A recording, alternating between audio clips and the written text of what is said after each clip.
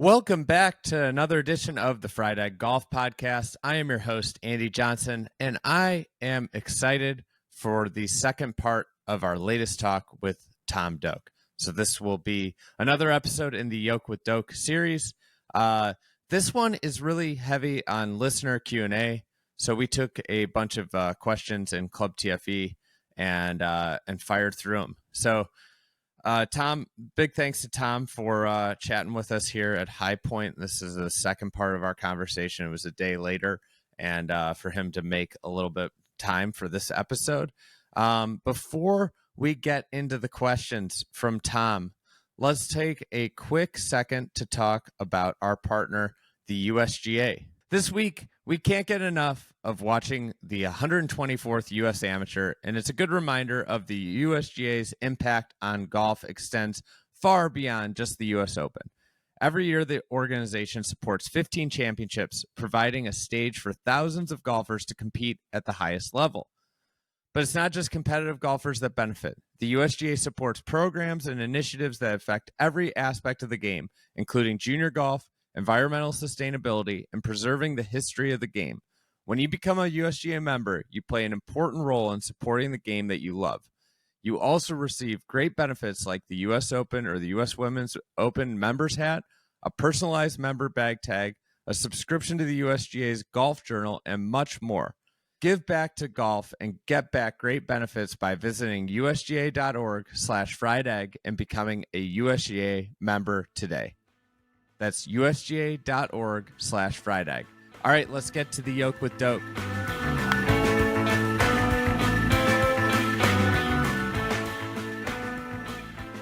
All right, let's start this listener Q&A here. This is from William J. What GCA book do you find yourself returning to again and again over your career? Oh, heck. Honestly, I don't that much, but, I used to joke with people that I had the World Atlas of Golf, memorized by the time I was 14 or 15. And that was almost literally true. If I go back and look at the books now, probably the one I look at the most is Mackenzie's book. And what I'm, but I remember a passage and I'm trying to find it, and it's not very well organized. And sometimes it takes me a long time to find the little snippet that I'm actually looking for. But so that was his original golf architecture book. But The Spirit of St. Andrews, the later book, has the entire text of the original book in it. It was basically just written in the margins of the original book. So that's probably the one I look at the most. I do like to go back and read Simpson's book every once in a while. Partly the diagrams are cool. Partly, he's probably the father of minimalism, if anybody was. But he was such a good writer. It's just there's some things in there that are just funny, and then there are some things that are just very simple. But he's like, he basically tells you you're an idiot if you are doing it differently. I played my first Simpson golf course a couple months ago. I played Baltray, County Louth. Yep. It was so good. I love that golf course. I feel like nobody talks about that course enough in terms of Irish golf. It's true. It's it's not. The Irish courses are. It's such tough competition. Those top 5 golf courses are all so dramatic and so much movement that Baltray, that's pretty flat, can't compete with that. If it was in Scotland, people would be like, wow, that's a really good golf course.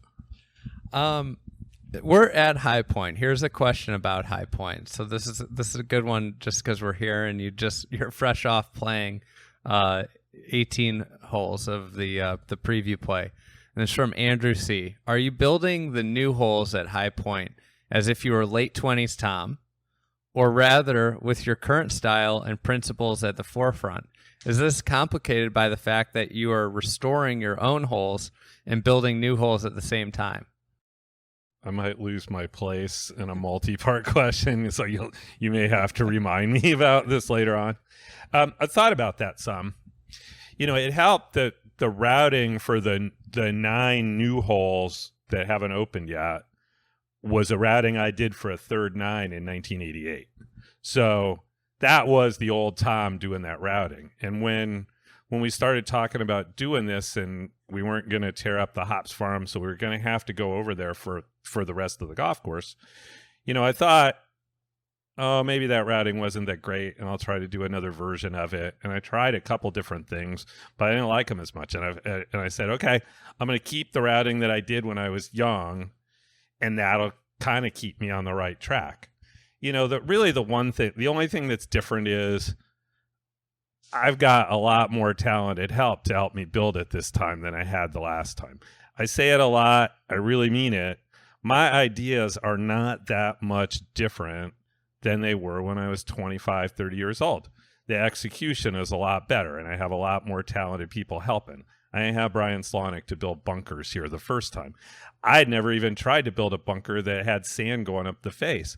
So we tried a bunch of different things in it. The original golf course, it was kind of cool because it was eclectic and different, but the bunkers weren't really sophisticated. They weren't really good. They're better now. That's good. So in a recent Golf Club Atlas post, you mentioned Pacific Dunes was a response to Bandon Dunes. What specifically were you responding to on Bandon, and how did this play out in the design of Pacific Dunes? And that's from Jared M. So, I just thought at the beginning, well, you don't want the two golf courses to be the same. Let's just see how many ways we can make it different and still be good. And the first two most obvious ones were they made Bandon Dunes like 7,200 yards from the back tees, and I was like, it's a really windy place. I don't think it needs to be that long, and the routings that I was doing were coming up kind of short, 6,600, 6,700 yards, and I just said to Mike, look, you don't need, nobody really wants to play 7,200 yards in the wind. And on top of that, you've already got a golf course that is that. I don't think we need to do that again. Unless you're going to have the U.S. Open here, there's absolutely no reason. Even if you had the U.S. Amateur, you're going to play it on Bandon Dunes, which they wound up doing. You don't need that twice. This is a resort course. It's for people like you and me. It was not the easiest sell because you had Mike Davis whispering in his other ear at the same time, but I really stuck to that. And I was like, if you find out in 15 years you need back tees, I'll come back. But I really don't think you need them. And the perspective has changed so much. When that golf course opened, people speculated about whether it was too easy, and now they all think it's the hardest golf course at the resort. It's funny how times change and how people's perception changes on what hard is really about. So on top of that, the other thing, David wanted to build real sod wall pot bunkers, and Mike Kaiser would not let him. So he did small bunkers with half steep faces. And those have changed completely.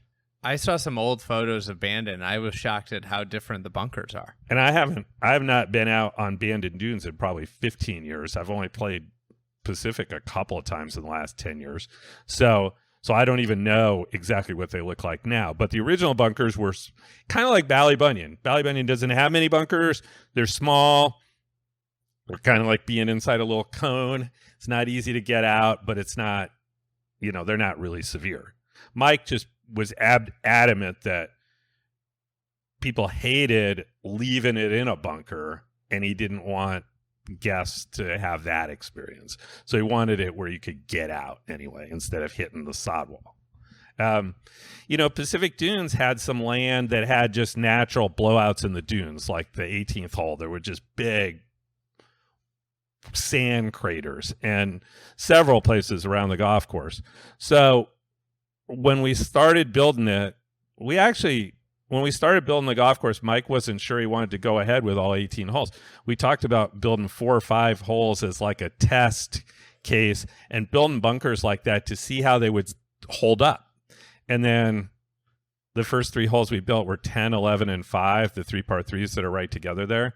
We had those done in like 2 weeks. And Mike was like, well, how many more holes could you build? And the superintendent at the time, Troy Russell, said, well, we could tap into the irrigation from Bandon Dunes and like grow in like probably 8 or 9 holes. while we're building the irrigation pond for this, and we were just off and running. But I digressed a little bit. You know, the bunker style we tried to make as different as possible, these blowout bunkers, hoping that they would hold up in the wind that was out there. We even like put irrigation heads just to water the sand in the bunker to try to keep it straight. It's still a big problem. The biggest maintenance item there is at Bandon at Pacific next to mowing the golf course is putting sand back in the bunkers. It's a tremendous amount of work, but everybody loves them, and it's not like, you know, the net profit on that has been positive. And the other one was kind of keeping the greens half small. The greens on Bandon Dunes were really big. You know, Mike really, I think, wanted people to be able to land the ball on the green and keep it on the green. And the way to do that was build a green 40, 45 paces deep. And they got a lot of that on that golf course. And I knew Mike wouldn't want me to have a lot of contour in the green. So I thought, if I keep the greens half small, then I can have contour around the edge. And, you know, you're putting from off the edge of the green a lot anyway. But, you know, putting up and over a contour on the edge did not bother Mike the same way it did if you were putting up over a contour inside the green. What you mentioned that the perception of what's hard changed. You know, everybody thought it might be too easy. Now people think it's too hard. What's changed, do you think, in the perception of what's hard? Partly people have stopped playing from too far back. I mean, those 72, you know, the problem, so Bandon Dunes, when it opened, had 6 sets of tees. They pretty quickly went to 4 sets of tee markers, and none of them were ever on those back tees anymore. So nobody's playing the golf course at 7,200 yards. You know, if you were playing the back tee markers, you were probably playing 6,800, 6,900 yards. But even that, people shy away. If there's 4 sets of tees and not 3, people shy away from that, and they come to the second markers, and those are more like 6,400 yards. So, you know, people have stopped letting their buddy drag them too far back is a big difference. And, you know, it's more fun to play golf when you've got a 7-iron in your hands instead of a 4-wood to hit approach shots on par 4s. Yeah, I selfishly would love to see a USAM match play held at Pacific Dunes. I know they probably won't ever do it because they love that finishing scene with the lodge and everything behind it, but to me there's so many great match play holes out there in terms of like I mean, I would love to just, you know, 6, you just go down the list, 6, 16, with the way these kids hit the ball, like 16 to me would be fascinating to see exactly who would go for it. I absolutely believe, I don't care what the score is, Pacific Dunes at match play is a great golf course for good players. And they did talk. Michael Kaiser called me 2 years before the U.S. Amateur. They were talking about using a composite course that I can't even remember all of it. But I do remember, like, they were going to wind up with the 13th hole at Pacific Dunes as the 18th hole. Wow. And finish away from the clubhouse to have that background, because they'd had the Curtis Cup there, and all the TV guys were like, this is freaking awesome. Yeah. You know, this is so beautiful out here. And it's not even the end of the golf course. It barely made TV. Well, they have the road that goes right back there behind that green. Right. So they seriously considered that. And I kind of torpedoed it. I was like, that's like saying neither one of the golf courses is good enough to host the U.S. Amateur. And they're both good enough to host the U.S. Amateur. But I said at the beginning, you know, Bandon Dunes is 7,200 yards long. That's where you'll host the U.S. Amateur. I don't have any problem with that. Yeah, it'd be cool to change it up. Like, one of the things about, you know, the great thing about Bandon is that they like the debate. Everybody loves the debate of what's your favorite course. What would be neat with all the USAMs, all the USGA events that they're hosting, rotate it around. You know, have it at all the courses, since that's and they kind of do. You know, it's a bit of a negotiation with the USGA over which course is best for which event, but they are reasonably open-minded, and everybody at Bandon is kind of like, little out of the box. We don't have to do that. We could use Old McDonald for this event instead. There's a lot you can do with setup there. Yeah. Pacific Dunes is a little short for tour pros. I don't know. And wannabe tour pros. So I called a college event there right before COVID hit. It was like the last thing I did before COVID was I was calling this COVID college event, and it was like all big schools from the West Coast. Right. And I think the winner was, after 3 days, no wind. Do you know what the winning score? Hey, have any clue what the winning score was? I want to say it was like between 6 to 10 under. And it was. I think I'm Devin. not surprised. I mean, if the wind blows, it's a hard golf course. It doesn't matter. It doesn't matter how good the players are. They will have to hit golf shots. That's I don't know. I think I always have thought of all the courses there, that's the one where I have to hit the most high quality golf shots. It's especially like you get on like the 11th tee box, and it's like you don't get a break till maybe the 15th tee or 14th tee or 15th tee.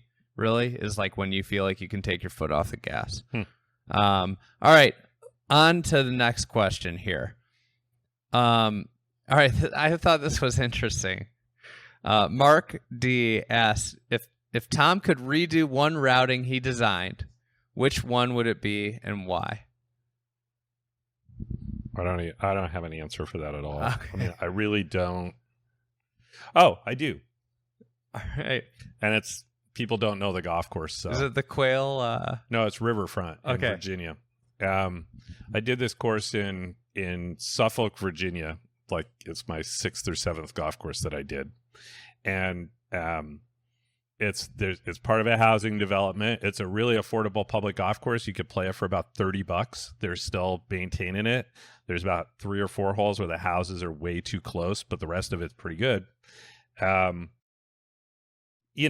we did it, it's stretched out over. I mean, it's a huge development, a huge piece of property with a bunch of inlet tidal marshes coming in off the big river there, and there's some really dramatic holes along the edge of the marshes. And the developer was a guy that I'd met when I was in college, traveling around seeing things, and he was a really good golfer, so he let me put a lot more holes on the cool land than a lot of developers would have.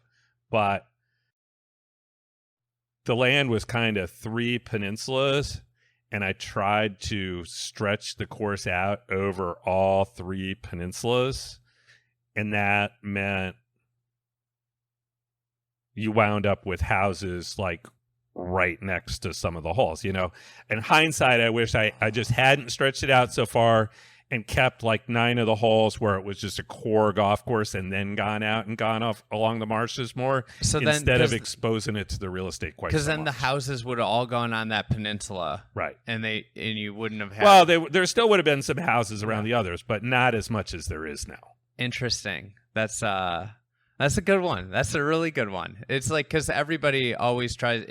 It was, the most dramatic probably property, and you wanted to get there. Right. But when you look back on it, it's like, oh, that's a good answer.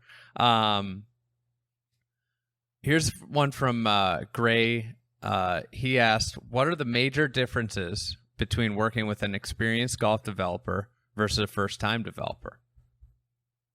I've just gone through this in the last couple of years. On the one hand, I've been working with Michael Kaiser and with Pinehurst and people that have been around the golf business their whole lives, basically, and no concern about budgets at all. They don't even ask me any questions at all for 2 reasons. One, they've got a pretty good idea, it's going to be in this range. And 2, they know me, and it's like he's not going to like go off on a tangent and decide to spend another $5 million. He's not that kind of guy. So we're not worried about the budget for the golf course. But then with a new client, they worry about it. And it was very difficult to deal with because, I'd had so many experienced clients the last few years, and the prices changed so much. It's like, I didn't even know what the price of eggs was. So Rod Trump here, another of my clients, they were really concerned about the bottom line number, and I gave them a bit too low of an estimate right off the bat because the price of building a golf course has almost doubled in the last 5 years, just trying to do the same thing, not even putting in more bells and whistles. It's crazy. Like irrigation costs, everything. It's mostly irrigation. Irrigation was almost half the budget of High Point the first time around, and it was again this time around. But those numbers are like 3.5 times what it was, or 4 times what it was originally, in over 35 years. This is from Matt. He's a frequenter of this golf course. I understand that Riverdale Dunes was one of your first projects that you got to implement your own design ideas in the field. What exactly did you implement? And it might be cool to hear about that experience a little bit.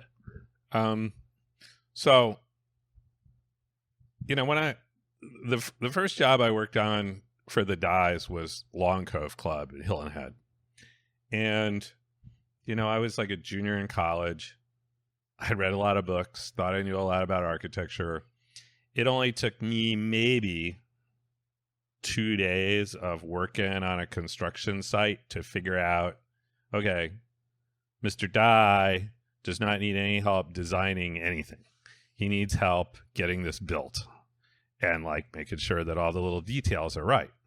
But like where to put stuff, or what about putting a back tee over there? It's like, he's got that. So most of the time I worked for the Dyes, that was really what we did. We didn't come up with new design ideas for him to do. The most that you could really contribute to the design was to take a bunker face or a feature and make it look really good and maybe better than he was thinking. Then I wound up out in Denver working for his son Perry, and Perry was new to design, and he obviously didn't have anywhere near as much experience as his dad. And I was the only one out there who had really spent time with his dad on a couple of construction sites, between working at Long Cove and helping do the planning for PGA West. I'd gotten to really pick Pete's brain a little bit. So, Perry really valued me from that perspective. And he was doing 2 golf courses in Denver at the same time, Riverdale Dunes and a private club down near Cherry Hills called Glenmore. And Glenmore was a big deal. It was a housing development. There was a big budget. Riverdale Dunes was just this public golf course for the county up northeast of the city, even further northeast than where the airport is. And Perry was just like, he's spending all his time on the other one and just turning us loose to do whatever up the road. So, he put me out there and was like, the irrigation guys are starting on the first hole. It's what we've got roughed in is too basic of a golf course. Just go to town, jazz it up. You just got to stay ahead of the irrigation crew.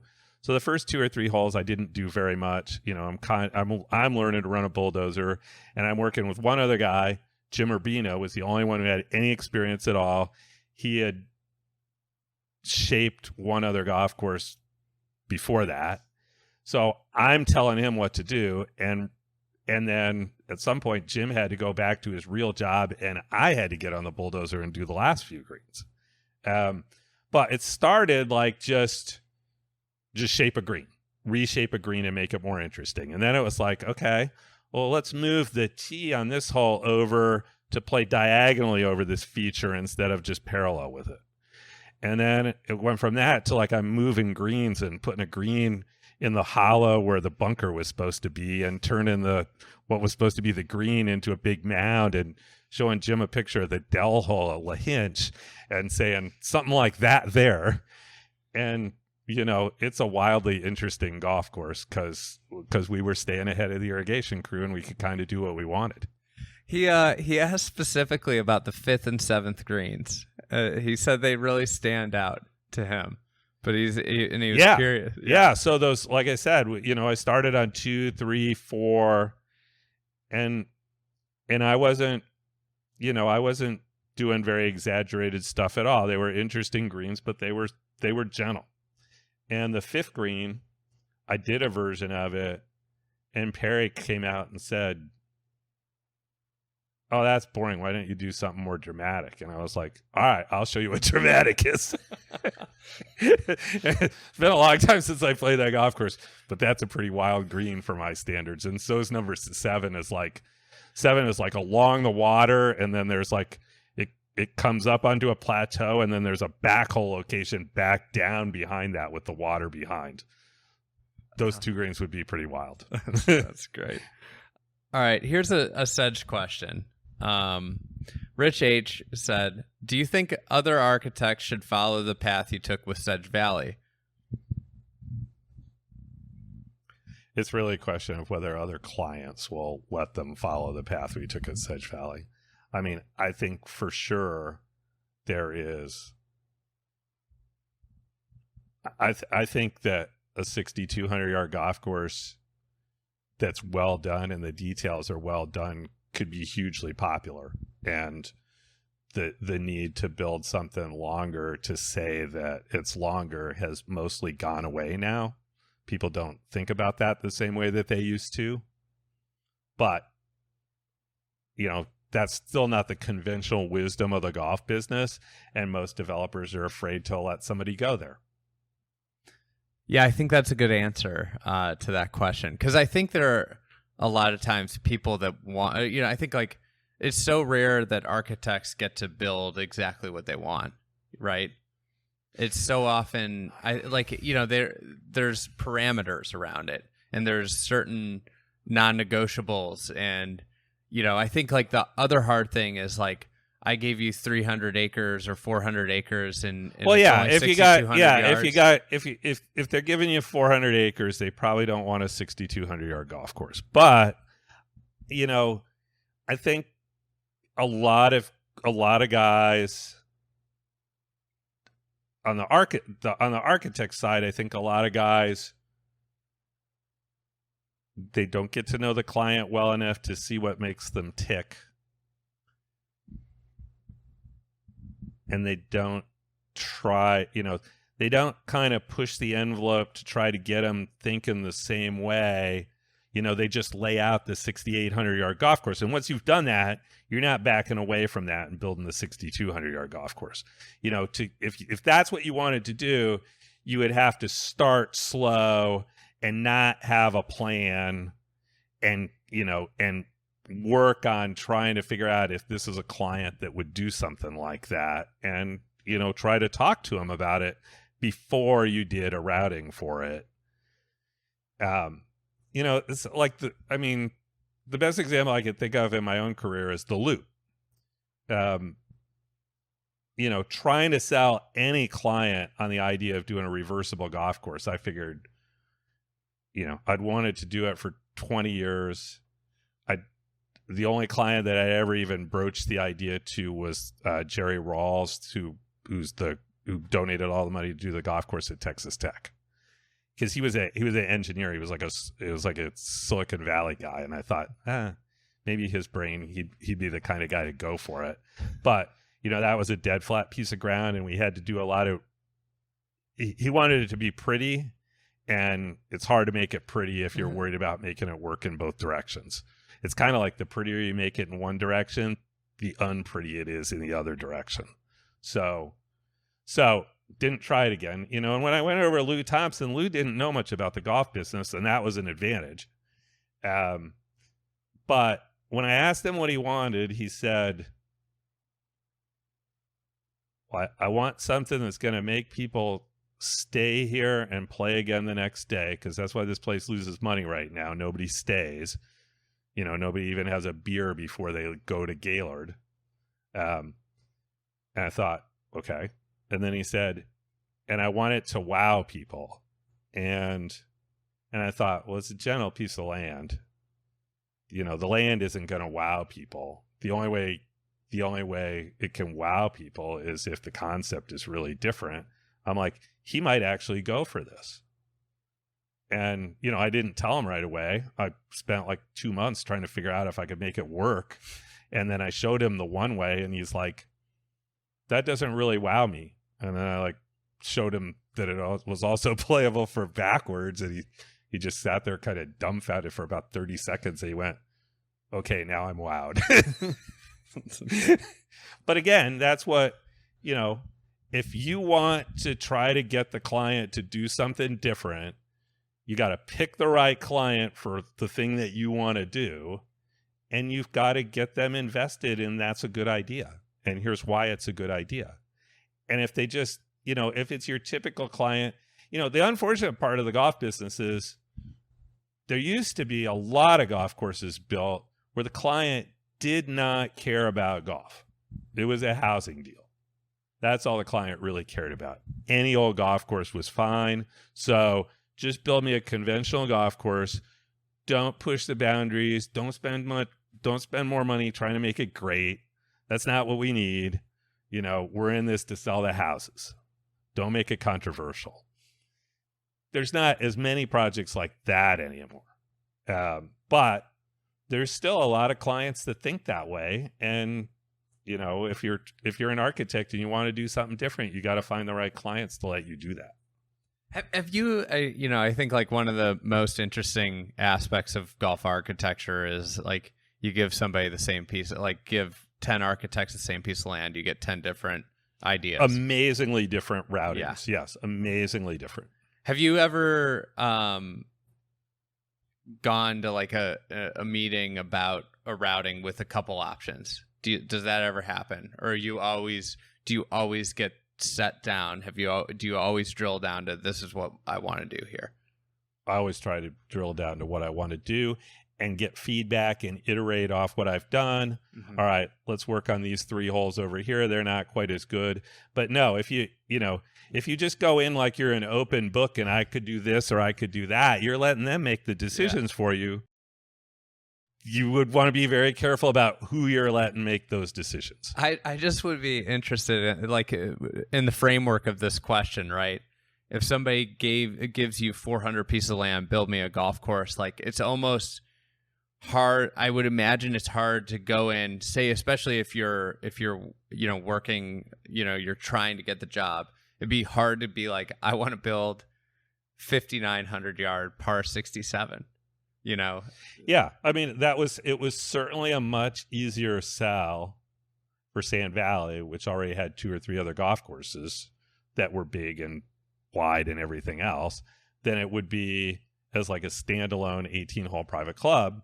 Although, now that I've done it, I've got a potential client in Florida that wants me to do kind of the same thing down there on a different piece of land, and that would just be a standalone 18-hole private club.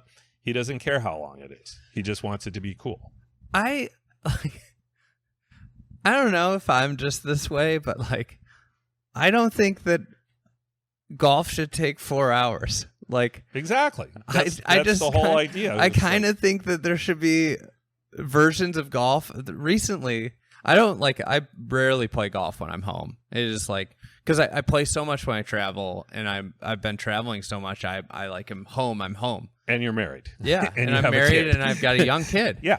And the other day, I was like, it was like just spur of the moment. A buddy of mine asked, like, "Hey, do you want to go play 9 holes?" Or I think he said 11 holes. And the course is right in town, like very close to my house. And I said to my wife, "I'll be back in 2 hours." And like the power of that, like in terms of just like the idea of like how much more golf you can play when the commitment is less than, let's just say, 5 or 6 hours when you add up time to the course and back. 7 or 8 for me to go over to Crystal Downs and play and show people around and have something to eat and make the drive back. And here, that's the whole reason I wanted to do this so badly is, my wife likes to have dinner early. I still got time to come over here, play 9 holes and go back. And, it's not bedtime yet. It's great. See, that's why I'm most jealous of. It's like you could like, I think about it in terms of dad hours. Mm-hmm. I could conceivably do bedtime. Right. If I were in your situation, come up here, play 9 holes after bedtime. I played golf with Jim Nance a couple of years ago for the reopening of Bel Air, and he was talking about, he had a small child then, and he was like, "Yeah, I'll like we'll put the kid down for a nap, and I'll go play 6 holes and come back. And in an hour and a half, it's perfect. That's honestly like the best part about this. It's like the late night golf you got in northern Michigan. All right, here's just a existential question. Ooh. Say we made you the golf czar. You are the golf czar. Okay. You're in charge of all of golf. I'm ready for this. You can do anything you want. What are you addressing first? What's the first thing that you're doing? Holy cow! What is the first thing? I mean, it seems like you like this question, so there might be there might be if there's a few things. We might build off of this after episode. This is the first episode of Tom as the golf star has been introduced. The first thing is everybody play matches. Don't be a card and pencil person. Just play when you're playing with your friends. Just play match play. Figure out how many strokes you need, and just do that. The most interesting thing the most interesting conversation I've had this year. We were working on Childress Hall, and the client brought a friend of his from Connecticut down for a couple days, and I sat up late at night having wine with the clients and talking about golf. Like every night I was there that whole project. It was a lot of fun. And this friend of the clients was like, we were talking about green speeds, and he was like, I don't even understand why the green speed is so important, that it's so fast, because like it's so fast now that it's too hard and nobody actually putts out. People don't finish the hole. They don't your typical round of golf, guys are giving themselves 3, 4, 5 footers. They're not even trying to make those because it's so scary. It's like, why did it get to that point? It is very stressful. Like you think about it, it's like when you see you hit a good putt, you feel like, but you're in the wrong spot, and it just keeps rolling. You're like, oh, this is so stressful. Well, and then I've got the yips now, so I'm terrible on the greens, and I just want it to be over. I can chip, but I can't putt. But you gotta go to the broom. Go to the broom. I just can't do it, man. That's another thing. I would have made it. I would have already made it illegal if I was the czar. So I can't go there. But, to that point about playing matches, if you're playing a match, if it's just match play, the importance of the conditioning of the golf course goes away, because it's the same for everybody. You don't worry about, if you're leaving putts short, if the fairways are a little rough, doesn't matter. So is the next guy. You're not like, it's not affecting your score and your whole day and your impression of yourself. That would fix a lot right there. All right. This is a good, easy, quick one. All right. Well, last question here before Cameron and I have to hop on a flight here. If you were setting up the Lido for the match play portion of the Mid-Am, which is next year, I might be trying to just get back in shape so I could play in that. What would be one teeing location and one pin location that would be a must? So it's match play at the Lido. What's one like combination of tee and hole that is a must? Well, if I was setting up the Lido, as crazy as you'll think this sounds, I would set up one day where they were playing from exactly the historic tees that they always played from. And like, you could do it with modern equipment. You're going to hit it in entirely different places. I think that's just fine, because that golf course has so much going on and it's so complicated that you're going to have to really figure out some different things. Whereas if you go back where they're going, we made room for back tees, but if you go back there, then you more conventionally how to play the golf course the way that most people played it back in the day. And playing from 6,400 yards, it would be different. And you really have to think about, am I trying to get over, am I trying to bomb it over everything on 6 and get to the other fairway? What am I trying to do on some of these holes? Hole locations, I don't know that. I mean, there's a tremendous variety of hole locations on some of those greens. I don't have a favorite at all.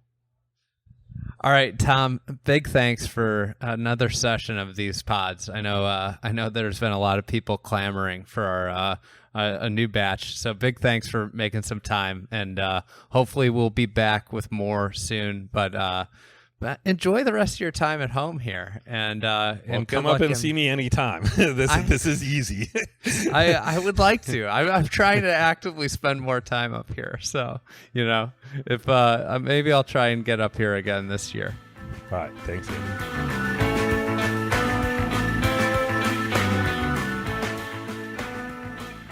Thank you for listening to another edition of the Yolk with Doak and the Fried Egg podcast. That was fun. Hopefully we'll get another set of these in before the end of the year. We're going to try and coordinate a time to record more of these. Big thanks to PJ Clark for editing and producing this podcast. These are up on YouTube. I don't know if people know that, but you can check out our YouTube channel and see these podcasts with Tom. They're up there. And yeah, so big thanks to you guys for listening. We'll be back next week with a couple new episodes of the podcast.